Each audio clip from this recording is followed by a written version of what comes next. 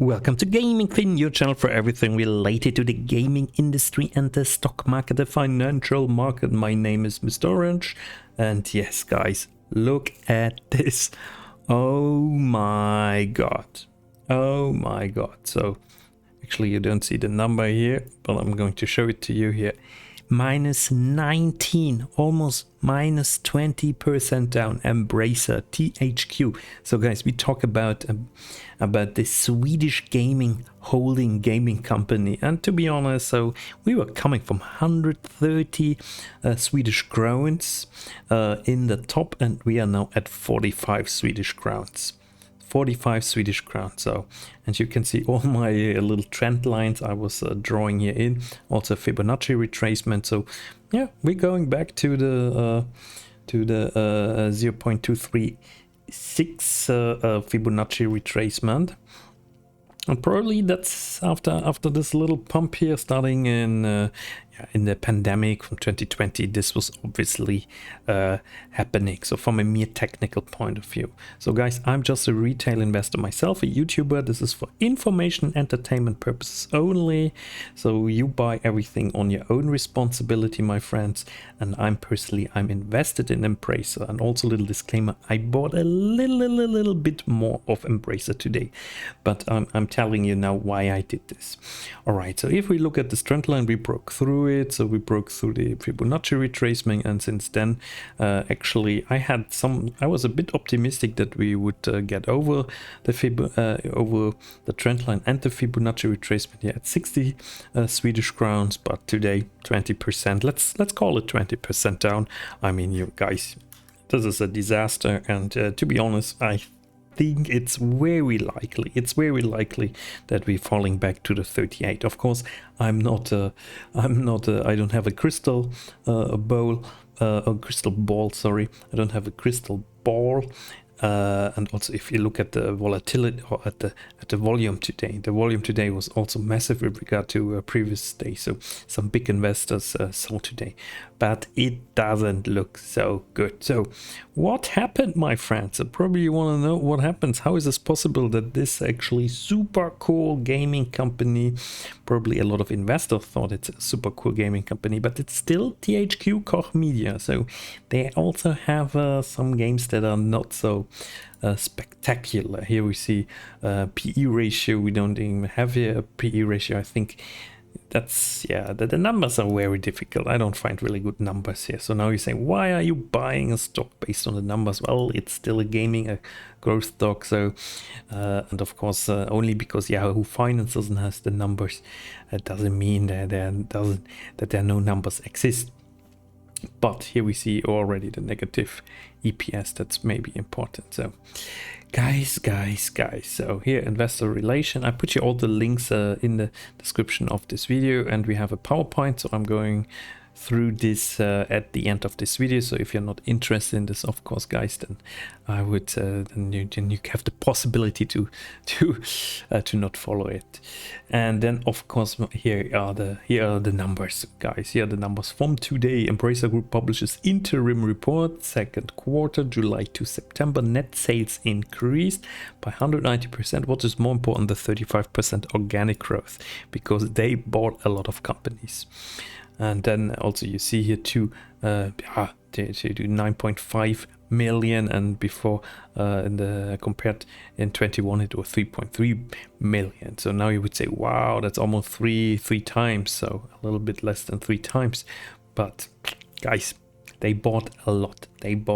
So PC, console games, mobile games, everything increased. So the numbers look good. But so a lot of text, so I'm not going to read through this now, but maybe what is important, Dead Island 2 has been postponed to April, so April the 28th, I think. Next year, Dead Island 2 is a game that's in development since a very long time. And Saints Row, my friends, was not a big success. And how does it come that it's not a big success? I can tell you why.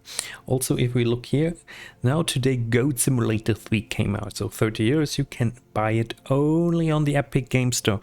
And as far as I understood, you cannot buy it on the Steam store. But if we look, for example, Call of Duty Modern Warfare 2 came back to Steam, and now you have almost 400,000 players. But if I want to buy now here Goat Simulator, let's see, Goat Simulator 3, so I can buy the previous Goat Simulators. The Goat Simulator 3, so it's not there.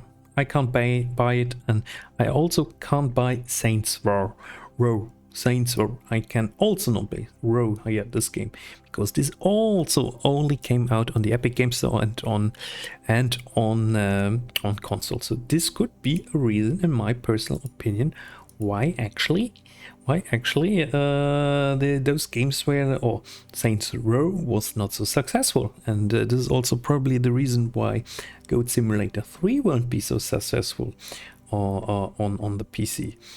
Yeah, Epic Games Store is okay, but my friend, so you have to release on Steam and you have to pay the Steam fee, because this makes a game successful. We see it now with Call of Duty Modern Warfare 2, and we're going to see it also with Ubisoft games coming back to the Steam store. So if you followed one of my other videos, and this just looks terrible. So I have to say I bought a little bit more, tiny position. So my position is 0.5% of my overall stock portfolio, including cryptos, gold, and etc.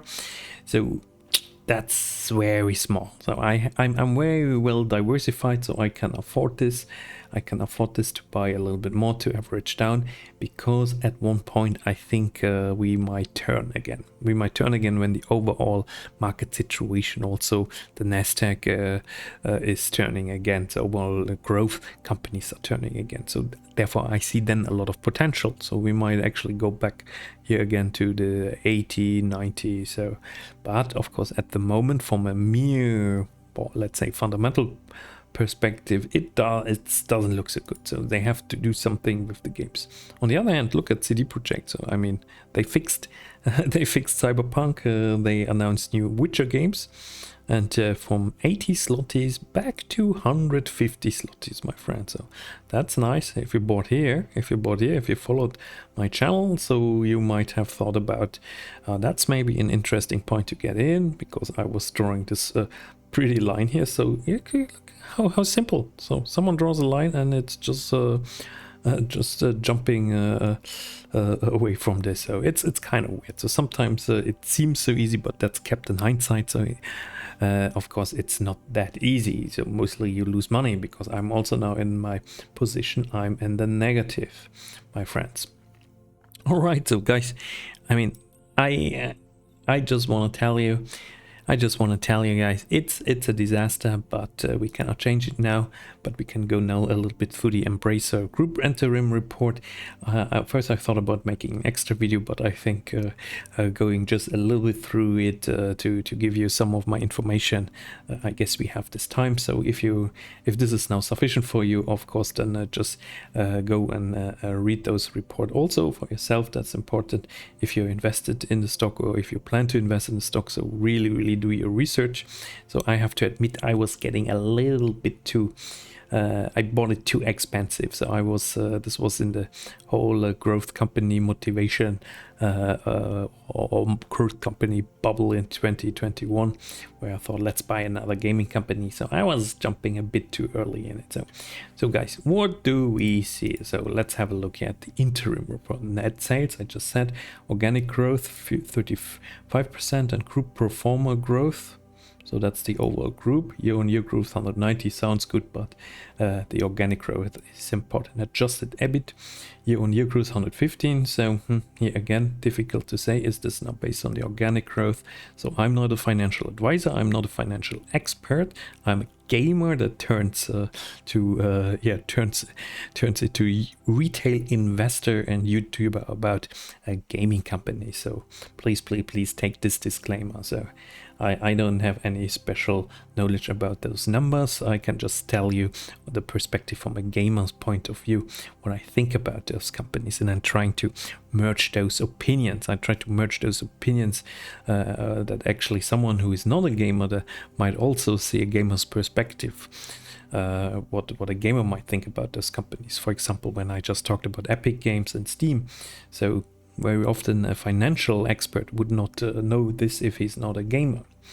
Adjusted EPS, so earnings per share after full dilution. Okay, 1.95 Swedish crown. That seems not so much if you imagine that Swedish crown, I think, is 10 Swedish crown is €1. Is it something like this? Transformative partnership and licensing deal expected to be closed this financial year. So they want to license some of their old back catalog, if I understood it correctly. So it's not really clear. Also, what is not really clear, they think about, my friends, they think about to actually throw out some, just to split off some companies from the holding and then bring them also then to the stock markets. I don't like this, so because I just bought now the Embracer THQ holding and I was actually happy with the holding, but if they started like some Polish companies to create new little companies, like for example Bigben and Naken, like for example Ultimate Games and Playway, say I don't like this game. I don't like this game like that. So revenue driver was Saints Row, my god. And then Gearbox Entertainment is fully, I think they created a new company here. Dead Island postponed.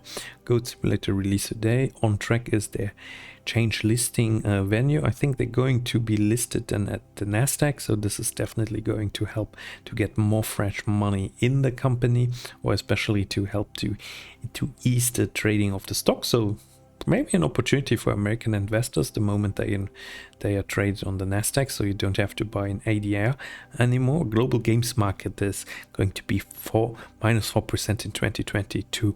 So I think this was some research recently. I also read this, I think, on gamesindustry.biz. Also check out this article on gamesindustry.biz. THQ's imminent demise becomes clear. So 10 years ago this month, and THQ, which is part of Embracer now, was almost going bankrupt. Special review initiated by board of directors. Okay, that's no information. Continued growth, financial growth.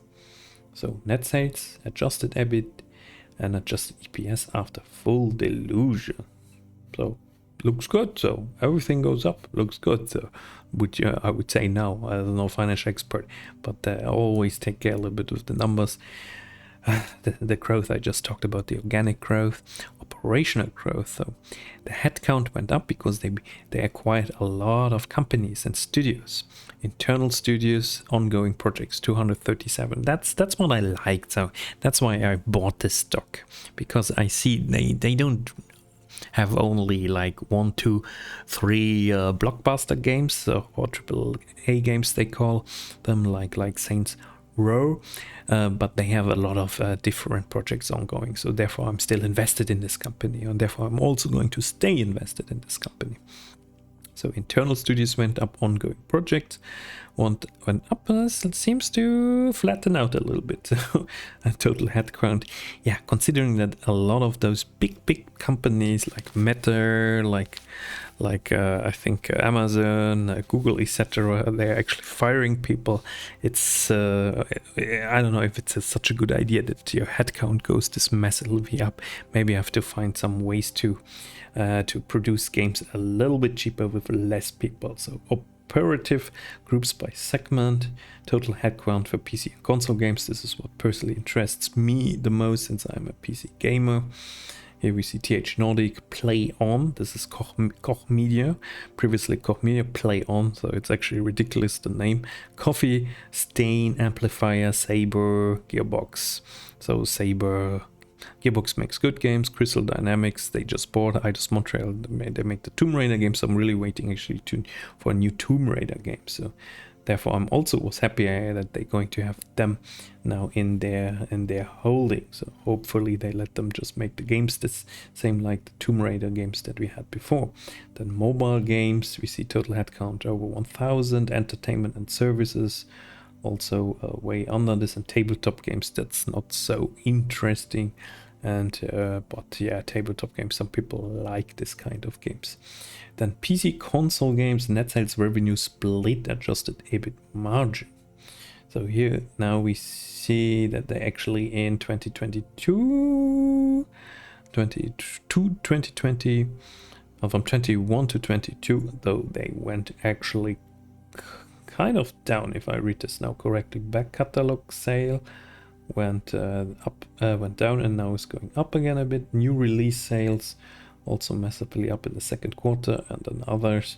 Adjusted EBIT margin, that's the margin, actually went down and comes a little bit back.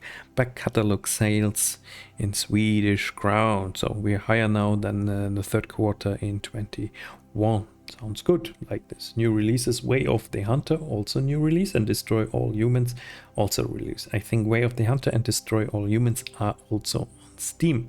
Saints Row is not. Organic growth, pipeline projects, 25 AAA projects, top 10 back catalog titles for the second quarter.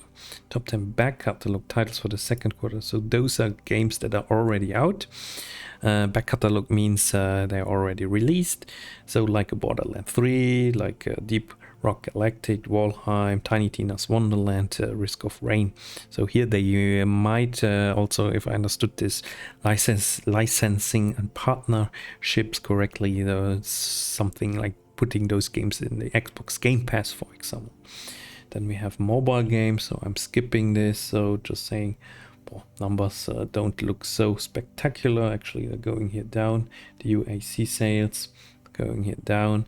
And this is then how many people daily and monthly, how many daily and monthly eyes you have on your mobile games. Tabletop games also went down, also not so interesting. Wait, acquired VR group expanding mass market distribution in Australia. That sounds fun, but the rest not so interesting. Entertainment and service went down completely. Well, what is this? What do they do?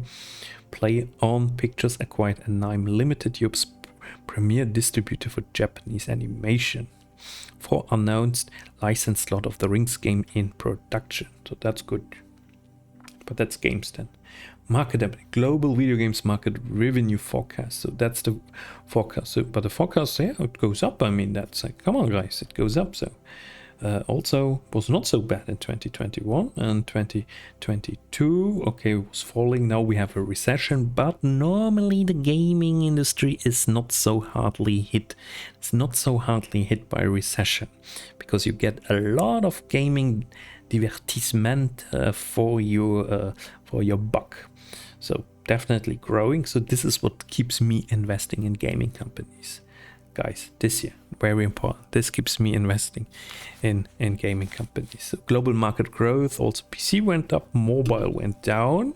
So casual gamers go down, PC goes up, console down, tabletop up.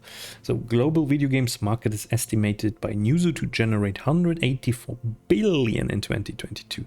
That's a decrease, so it goes down. So here you see the decrease from 193 to 184. This represents a clear downward revision, blah, blah, blah. This tabletop games market up. So it's just what I just explained here. Financial performance. So now again, I'm not a financial advisor, but I like to invest in stocks. I just have to mention it because sometimes people think, yeah, you cannot read the numbers correctly. Yeah, guys, I didn't study this. I'm just saying this. Therefore, also take my discussion, my debate here with a grain of salt and always make your own research if you know this better. So a lot here, adjusted EBIT, net sales. So it's, well, it doesn't look so spectacular. Gross margin development operating expenses, etc. Cash flow I like. So keeping some cash, some money on the sideline that they actually can buy some other companies. Operating cash flow. So what do we see here? Going up. And the free cash flow before WC. What is WC? Free cash flow after WC. So cash flow for the period is negative. So do I understand this correctly? Then it's negative, and it's less negative than the quarter in 21. So this might be the okay. Net debt and financing at the end of September, the net debt amounted to 11.2 billion Swedish crown. Available funds amounted to 10.2 billion. Increased receivables in tabletop segment driven by increased sales in the quarter. Cash inflow from new releases and notable customer contracts after quarter. And increase in inventory mainly related to inventory built up in the tabletop segment. Yeah, because you don't need an inventory for digital products. So, Embracer has substantial headroom to its financial covenants. That sounds good. So that's something I want to hear. Forecast. Market global, we had this already. We now expect a reduced forecast while we reiterate the forecast. So the forecast, they are reducing. So previously 9.2, 11.3, and now this went down. Okay. Forecast is going down, but for 23-24 it's the same. Mixed reception to some of our key Q2 PC console releases impacting catalog sales in the coming quarters, shifts in the PC console pipeline, Dead Island coming in April, a more cautious view on the current macroeconomic situation, particularly related to mobile games and tabletop segment. It also includes a range of outcomes from partnership and licensing deals with several industry partners expected to be completed during the fiscal year 23. Transformative partnership and licensing.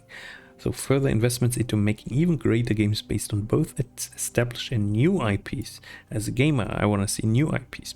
Even further organic growth by hiring of even more developers across the group. Is it really necessary? Do we really need more people? Factor in our forecasted adjusted EBIT range for this and next financial years. Special review. So turbulent times create new opportunities, they say. We continue our long-term mindset in building enduring, innovative and profitable businesses in the creative industry. We need to adapt to the challenges of geopolitical and social issues around the world and the new macroeconomic reality. The increased cost of capital will impact our business going forward, so interest rates go up, growth company. The adjustment in the cost of capital will, compared to before, require current and future investments, both organic and inorganic, to have a higher minimum hurdle with a safety margin to justify the capital allocation. So please keep the safety margin, guys. We need to continue our sharp focus on execution of our ongoing business around the world and develop good games, guys. Develop good games and bring them also to Steam. That's very important. So especially blah blah blah. So now we have some Q&A, deep dives, other presentations, sustainability, not important. Our global presence, that's interesting. You see where they are. Asmodee, Access, not important. Gearbox, Borderlands Science, not really important. Sustainability again. Well, some people like this, some people think that's very important, but you don't really earn so much money with this, especially in those times. A lot of people, sustainability, what they want to actually tell us with this anyway. So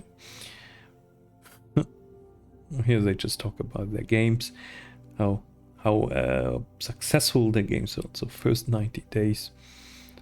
What? Perfect Dark? Perfect Dark? Oh, guys, here. Did you see this? Did you know this, my friends? Perfect Dark, Crystal Dynamics. The iconic secret agent heroine returns. This was a game by Rare for the Nintendo 64. If this is true, my friends, then something big is coming in. But why is this now Crystal Dynamics? So, okay, see, an Easter egg for you. Wow, this is impressive. I have to dive a little bit into this to better understand. So Crystal Dynamics games, yeah, we're all looking for the Crystal Dynamics games. So old games like The Legacy of Kain. But I have to find out what this means, my friends. So, okay. Deep dive, merchant acquisition, change of listing venue. This is maybe interesting here. So the project for changing listing venue is progressing according to time plan, where we have the ambition to be ready for listing at the regulated Nasdaq Stockholm main market by the end of 2022. I'm taking back what I said before. It's the Stockholm Nasdaq, provided that certain milestones are reached as planned. So it's not going to be the American Nasdaq. So it might not be easier, still not easier for Americans to invest. So yeah, Perfect Duck is very interesting. Have to check this out.